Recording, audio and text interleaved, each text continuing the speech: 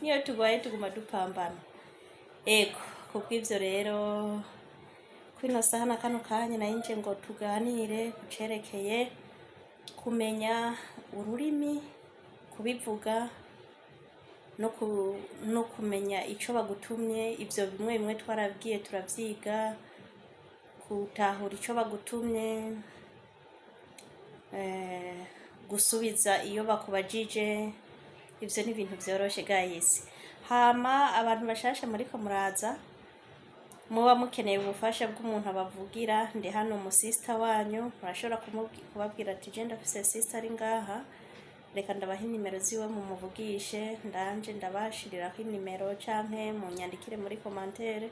Udashotse abona inimero aca nyandikira muri commentaire kugira ngo aca abona nce mbona ikibazo afise, nce aca ashiramo inimero, nce ndamurondera kugira ngo nk'abantu baba bari muri bashasha bigora kumuvuga, canke hariho n'abakera ariko ururimi ugasanga nyene rurakugora kurufata.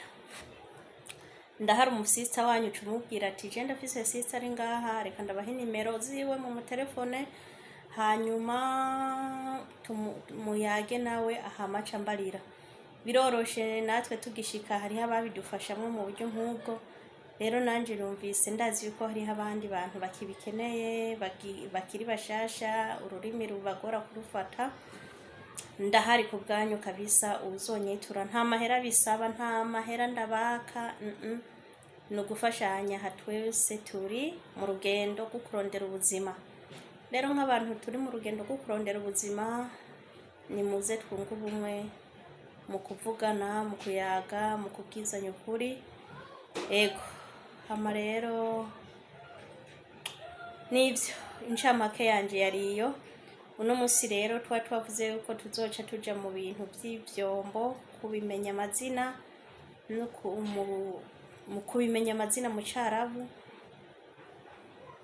Niyo babigutumye baguhamagaye ati zana ikintu, okay, bikorohera cyane. Okay rero guys, reka turahera haje ndi mu gikoni, nta kibazo. Reka turahera. Twaravuze yuko kuvuga hada no kuvuga iki turongera turavuga hina, aha, hinak, hariya. Nibaza ko ivyo muvyibuka. Jibi, zana, rohe, genda. Okay, abakurikiye video n'abatarayikurikira nta kibazo, murashobora guca mukurikira iyo yindi